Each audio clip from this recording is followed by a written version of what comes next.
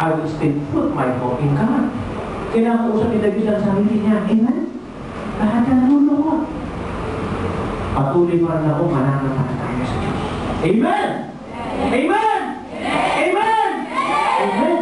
Para natin sa Diyos.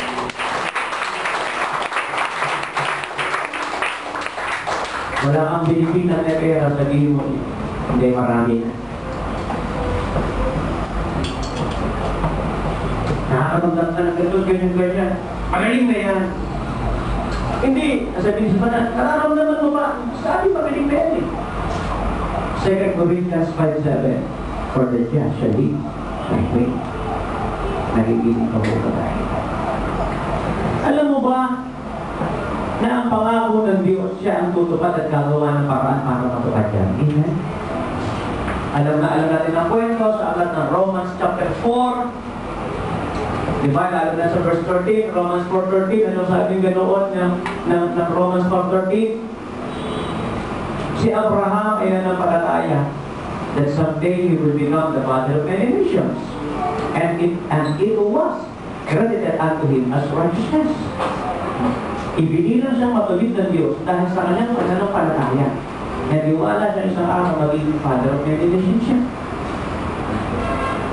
At ang sabi ng Romans 4:18, pag-nirmay itong higit, Romans 4:18. Kaya nga naman, ang binabasa ko, hindi horoscope, hindi Virgo, hindi Pisces, hindi Gemini, hindi Cancer. These are all demonic. Alam mo ba ang mga nagbabasa ng mga Pisces, Virgo na yan eh? Kasalanan niya. It is against the Bible. It is against the will of God. Ngayon, nagugulo na naman sila eh. Kasi nagbago na naman daw yung ikot daw niya. Nagbabago sila. Ang kalokohan yung mga yan. Okay, nagbabasa ng makabasa ka ng dyaryo, o ano yung horoscope ko ngayon. Maganda labas ng bahay ngayon, Pisces. Kasi makakasalubong ka ng pangit. Sa pangit ka rin. O ikaw naman, Cancer, magsuot ka ng kulay lavender, swerte yan. Tayaan mo sa loto, tayaan mo sa loto, Gemini. Ang number 7, maswerte yan. Ikaw naman, Virgo. Kuminom ka ng maraming beer. Patay tayo. Ayaw din nagpapaniwala sa mga, ngayon, high-tech na yung mga horoscope na yun. Nasa internet na yun eh. Tayo nagpapaniwala dyan. Nabili ng mga kitchen na, ano ka, Virgo ka ba? Taurus ka ba? Ako eh. Aris ako, Aris. Inasabi ko na sa inyo, ang mga horoscope na yan, ang mga function na yan, ay hindi simple. These are all demonic against the teaching of the Bible. Diba na? Amen. Nagpaka natin si Lord.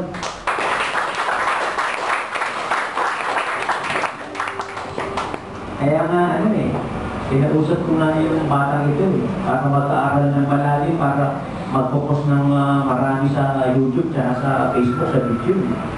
Napapagawa pa nga ako ng fanpage eh. Fanpage.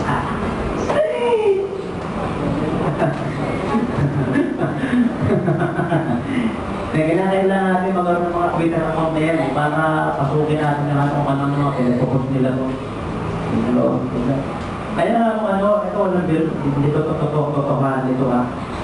Kung sa profile ng FB mo, pinapos mo lang yung mga boyfriend mo, yung mga artista idol mo, i-picture mo na lang yung post mo. Ay, may maaarak pa yung mga tao niya. Magwapo naman niya. So, ano? Diba? Minsan dumati sa mundo ng buhay mo, diba? Kita ko pa rito. Minsan yung sinasabi mo, parang ayaw mo naman ba? Tama? Yung pangarap mo, yung goal mo, yung vision mo, yung dream mo, yung mga pangako ng Diyos sa Biblia, ang Diyos ay kapagaling. Tama? I am the God that healeth thee. Anong versikulo yun? Exodus 15:26. I am the Lord, thy healer. Diba? Ano sabi ng Biblia? Ang Diyos, pinapasagana tayo, pinapayaman tayo, binubless tayo, pinupromo tayo, huwag chis-chis, letter B, di ba? Mula sa pagiging mahirap, pinapayaman tayo ng Panginoon. Kaya kahapon nag-Bible study ako sa may Tumana. Ano sabi ko sa kanila? Umalis na kayo ng Tumana? Sabi mo, isang araw, alis na kayo rito. Kaya hirap naman, nandito ka nakatira sa Tumana. Lagi ka nakakarinig. Evacuate! Evacuate! Ano mo nangyayari? Ikaw mo ba dito? Hindi na naman. Nung sinabi mo, umalis na yung Tumana, binigyan ako ng laptop, 1.5. Kaya alam mo, minsan na, kulang pa nga rin, dapat 150,000. Kaya hindi, ito na bito ito. Alam niyo kung bakit maraming preacher, maraming pastor, maraming leader, walang lapit, matapos mag-share, matapos mahal, matapos magturo. Kaya wala naman ang hindi mga sinasabi niyo, walang katotohanan eh. Kaya marami, mga leader, mga dawa, mga preacher, umaata, sumusuko. Walang tagumpay ang aming paglilingkod sa Diyos. Ano walang tagumpay? Hanggat ang panangaral ni totoo at punong-puno ng kapangyarihan ng Diyos. Ang blessing ng Diyos ay papasok din sa iyo.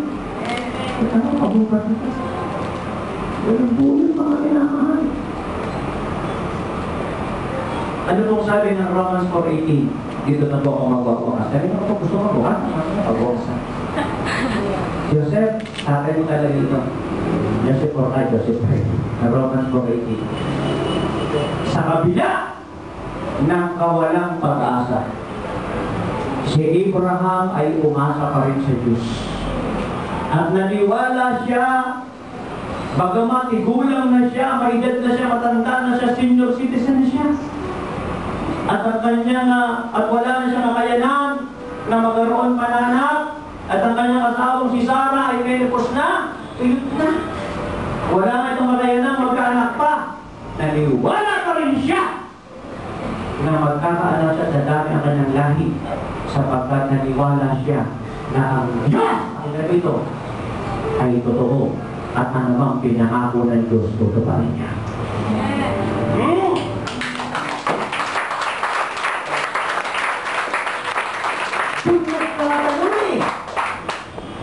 Baka magulat ka. Hindi lang mga anak yung tindahan mo. Magkaapo pa. Yung tindahan. I'm talking about the store. You have to believe. Kita ko pa ho ba dito? Kaya para sa akin, kung wala na lang muna.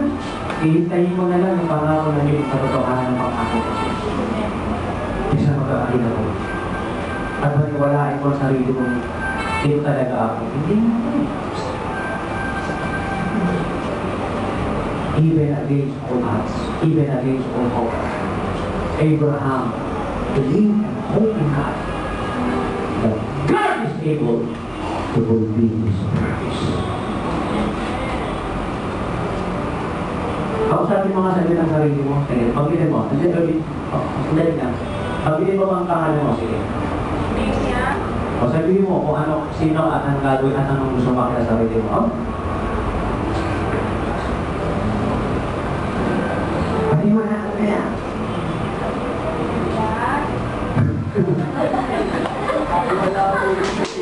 I don't understand talk to anybody. I'm saying talk to yourself.